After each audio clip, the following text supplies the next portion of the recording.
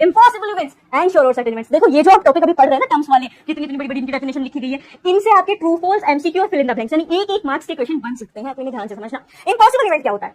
An impossible event is an event that cannot happen under any circumstances. It has a probability of 0, indicating that there is no chance of its happening. For example, if you toss a coin, it is impossible to get a third outcome other than head or tail. Another example is getting a 7 when rolling a single die. देखो impossible event का मतलब ये है कि किसी चीज के होने की संभावना ना के बराबर हो, मतलब गारंटी ऐसा हो ही नहीं सकता। जैसे मान लो अगर आपने एग्जाम के अंदर मैथ्स का एग्जाम था, उसके अंदर आप खाली क्वेश्चन लिख के आ गए, आंसर लिखा नहीं, तो आप पास हो ही नहीं सकते। ये पूरी पूरी संभावना है। तो ऐसे इवेंट को हम कहेंगे इम्पॉसिबल इवेंट। लेकिन अगर आप शिवगा की पाठशाला से पढ़ोगे तो डेफिनेटली पास होगे, क्योंकि यहाँ पे आप अच्छे से समझते हो, पढ़ते नहीं हो। इसी बात पे इस वीडियो को लाइक कर दीजिए। अब देखो तो इम्पॉसिबल इवेंट आपको समझ में आ गया कि जब किसी घटना के घटित होने की संभावना कतई ना हो। यहाँ पे एग्जांपल क्या है कि एक टॉस हमने किया, सो व्हेन वी टॉस या तो हेड आता है या टेल आता है, कोई तीसरा आउटकम नहीं आता। अब आपसे कोई कहे प्रोबेबिलिटी निकालो कि जब आप टॉस करोगे तो हेड और टेल के अलावा तीसरा आउटकम आ जाए, आ ही नहीं सकता, क्योंकि एक सिक्के के ऊपर दो ही पहलू होते हैं, एक हेड होता है एक टेल होता है। तो यहाँ पे उसकी प्रोबेबिलिटी हो जाएगी 0।